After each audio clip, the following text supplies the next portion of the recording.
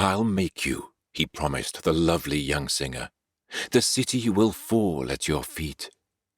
As one who'd just moved from a provincial village and having scant portions to eat, the girl was seduced by the vision he offered of glamour and money and fame. She'd striven and practiced and mastered her voice and felt she deserved such a claim. She could sense he had power, an animal kind, and would battle for her like a bull. Success in the arts, after all, comes from smarts of a kind not acquired at school. The lust in his eyes, well, it was no surprise. Every buck in her village had shown it. A girl who has charms that few men can resist, if she wishes to prosper, must own it. She had no intention of being his lover. She'd engaged in such games long before.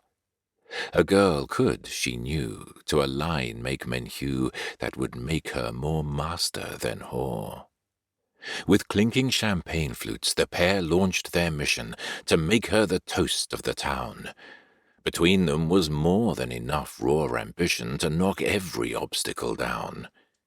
In scarcely a year since the day of their meeting, her fame like a rocket did soar. She played Carmen, Aida, Tosca, Olympia, Lucia di Lammermoor. To her all the doors of the city flew open, with he as her mentor and guide.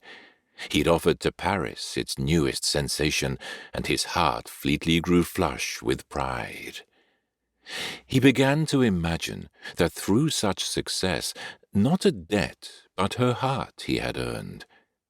One night in her dressing room, after a show, he attempted a kiss, but was spurned.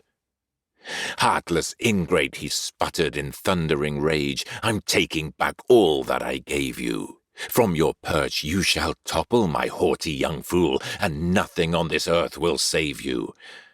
And soon, as if some magic spell had been broken, his cruel prophecy was fulfilled. Her skin lost its luster, her beauty diminished, her once dulcet voice became shrill. New divas emerged to attract the town's interest, while she became yesterday's story. She'd have gladly become his slave, body and soul, in exchange for her lost former glory. But where was the man who had given, then taken, and in whom all hope for her lay?